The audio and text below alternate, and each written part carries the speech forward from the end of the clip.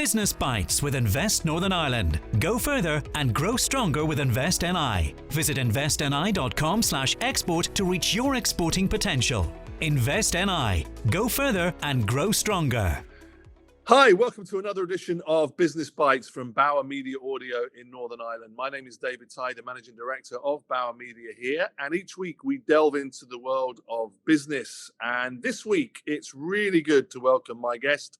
It's Paul Bowen. He's the Executive Creative Director of Ardmore Advertising. Paul, welcome to Business Bites. Thank you, David. Lovely to be here. Appreciate the invitation. Oh, you're more than welcome. It's great to have you here. Let's get into our conversation this week because we love a bit of advertising. We love a bit of creativity. So I wanted to talk to you a bit about that. But before we do that, let's just find out a little bit about you. Tell us, Executive Creative Director. It sounds like you may have some creative answers to many people's issues. So Paul, just tell us a little bit about you and your career. Yeah, so it's funny you called us Ardmore Advertising there. We're kind of slipping away from that title now. We're just Ardmore and we're Ardmore Group. We're growing a bit as well. We're more accurately a communications agency because that's just the way the nature of the challenges that face us. Been going for 30 years, as my CEO may have told you when he did this very chat himself. Yeah, I've been with the agency 20 years now. I'm Executive Creative Director, which means I oversee all the creative projects and look after the team, try and mentor them, motivate them when I can, and not get too grumpy. People often ask me why I've been here, and the agency is a building in Hollywood, but it's a lot more than that. The challenges that present themselves every single day are very different. You know, while you build up methods and approaches that will always hold you in good stead. No two briefs are the same, and you know the magic happens when you're pushed beyond your comfort zone, when you stretch yourself. So, yeah, I'm here a long time, long enough to know better. Good. Well, you know, with that, I suppose, length of service comes a great deal of expertise and knowledge. So let's delve into some of that. The creative world always been quite interesting to me because sometimes people find it very difficult to quantify a creative idea in terms of its worth.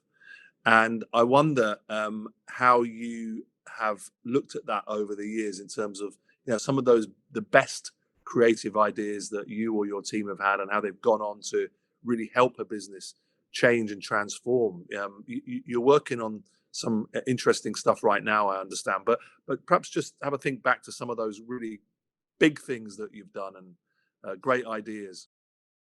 Yeah, I suppose. And when I'm talking to, you know, the younger members of my team, I always say to them that the high points of my career have been when I've properly felt uncomfortable and a little bit out of my depth, and it's been a challenge. And I think that's the same for any business, you know.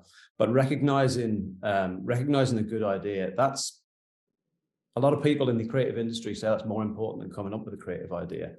Because especially in my role, people bring me creative ideas all day and I've got to identify the wheat from the chaff. And we've actually got a criteria that we apply to every single job in here. And I try and make this a mantra for all of the people, the creative, not just the creative people, in fact, across the agency. But first off, it's got to be impactful. If you're talking about it at the water cooler the next day, it's impactful, emotive and insight-led. And that means it's got to relate back to a core truth of what the consumer is all about and how they engage with the products. It's got to be relatable, so they've got to be able to identify with it. It's got to be campaignable, and that means that it's got to work across multiple channels, but it's also got to, you know, the best ideas work beyond the lifespan of a campaign. So if someone comes to you and says, I want a campaign to run for 3 months, it's far better and far more sustainable, because I know you want to talk to me about sustainability, and far more sustainable if they can come back to it and it's still working hard for them beyond that 3 months. It's also got to be attack proof. One of the terms we use in here is we just kick the hell out of an idea until we see what falls out. And if anything does fall out, the idea gets binned. An awful lot of the time as well, one of the you know, we're so far on in this industry that it's very often, it's difficult to come up with a unique idea. So you've got to explore and make sure it is a unique idea. You know, there's no chance that you're going to be caught out that someone has done it before you. Certainly not intentionally. No one ever intends to do that, but it can happen. And then one more recent one that we've added to it as well is that can the idea be delivered sustainably as well? You know, can it be treated in such a manner that it's measurable and we can affect change with it going forward? And, you know, I'll have examples of that as well. But that's sort of the criteria. I'm sure I've missed one. That's the criteria that we level at every creative campaign. And that's not unique to us. That's kind of a holistic thing, you know, and it sounds formulaic, but the only good idea is going to happen when they're magical, you know. And so how people come up with ideas is an entirely different thing, and I couldn't begin to tell you how they do that because everyone's unique.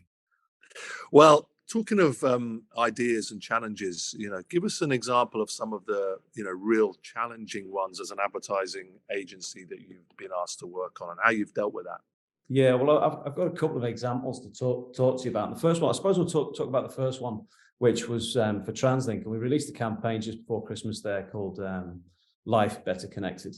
And two examples I've got to talk to you about centered around behavioral change. And the behavioral change we needed to do there was driving modal shift from the car to sustainable travel, actually, not just public transport, which is a big ask. People in Northern Ireland love their cars. We're constantly in the top 3 of the most congested cities in the UK. My journey to work is 15 minutes going home. It's an hour and 10 driving in. You know, we face this every day. And yes, you could level at me as I work on the TransLink account. Why am I not using public transport? I'll get to that another time. So any behavioural change campaign, there's 3 sort of simple rules. First, empathise with the audience. Provide a solution that the audience will perhaps recognise and want to do, and then give them the ability to do it. So what we did with public transport, you might just perceive that, okay, the obvious thing that we aim to do with all public transport campaigns is get people to travel. Travel is the benefit. Actually, what we did with this campaign, travel is the feature, sorry. What we did with this campaign was look at the benefit, and the benefit boiled down to connection. The campaign that we created, it doesn't ask you to do anything, doesn't ask you to buy anything. It just gently illustrates the importance of connection. You know, you'd be hard pushed to find a bus or a train in the film. Radio, you'd be hard pushed to find the actual thing itself. We're just selling connection. And from that, people don't feel sold to. People feel like, yeah, connection is important in my life. And if they relate that to TransLink, that's great. That's the gist of a brand campaign. You know, we never really try to hard sell. It's just position it that they can associate it with something positive in their life. So yeah, and it's early days, but it's going so well. And the feedback that we've had from it is astronomical, actually. I mean, I was shared this by the head of marketing in TransLink, and he said it doesn't look like a TransLink ad, it looks like a Nike ad, which is great, because if you can lure the audience in and then reveal to them something they weren't expected, even more powerful. So yeah, that's been a really nice campaign. And then secondly, a bit more hard hitting, a bit older as well. But the reason I wanted to bring it up is because just before Christmas, we received some really good figures on it. And it was for the Department of Justice, and it was to transform the normalization of paramilitary financial control or illegal moneylenders. We created a campaign called Deadline, and it focused on a single mum struggling to even buy a pint of milk. We did an awful lot of research into this and spoke to community groups and charities and so forth. And some of the stories that were revealed to us were you know, horrifying. And so this story explores how swiftly her life deteriorated because she borrowed a significantly small amount of money from a moneylender, but their intention is just to keep them on the hook. They don't want it repaid. They just want them to end up, you know, in their pocket for as long as they possibly can.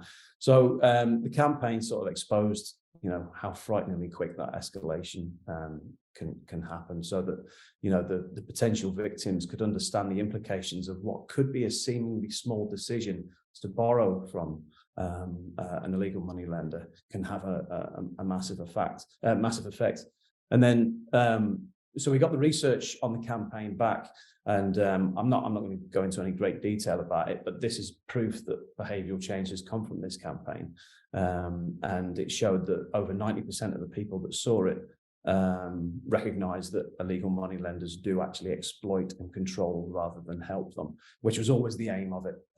So yeah, two examples there, I suppose, of how we brought about behavioral change. And you know, the last one, I got into this business, you know, because I'm a creative person and I like solving challenges. But to get to a point where you can start to help people's lives as well, that's a very privileged position, and we don't take it lightly. So. Well, great examples of social impact. We are up against it on the time, so briefly, I wanted to just talk to you about more social impact, and that's Ardmore's lead in the sustainability area. Just tell us briefly about what you're up to there. Yeah, so we've set up an initiative called the ACT Collective, and ACT stands for Ardmore Climate Target. Agency-wide initiative. There's 3 steps to it. Reducing our operational footprint to zero, educating the colleagues that work here and getting them to do it in their lives, and then ultimately enabling our clients to be able to do it as well. And we've got simple things like, I spoke to you about the criteria earlier. So if we get a brief, we'll always give 3 sort of solutions to a brief. The third one that you'll get from us nowadays is about changing the brief, as in making it a more greener solution. Some of the things that we've done, I'll just quickly brush over them. We're involved with the IPA, the International Practitioners of Advertising. They've got a media charter, Ad Net Zero as well. They're both tools that enable us to evaluate and measure the carbon produced in the production of a campaign. So what that does is it'll help us reduce how much we do it, but more importantly, inform us of how much we need to offset and what we can do going forward.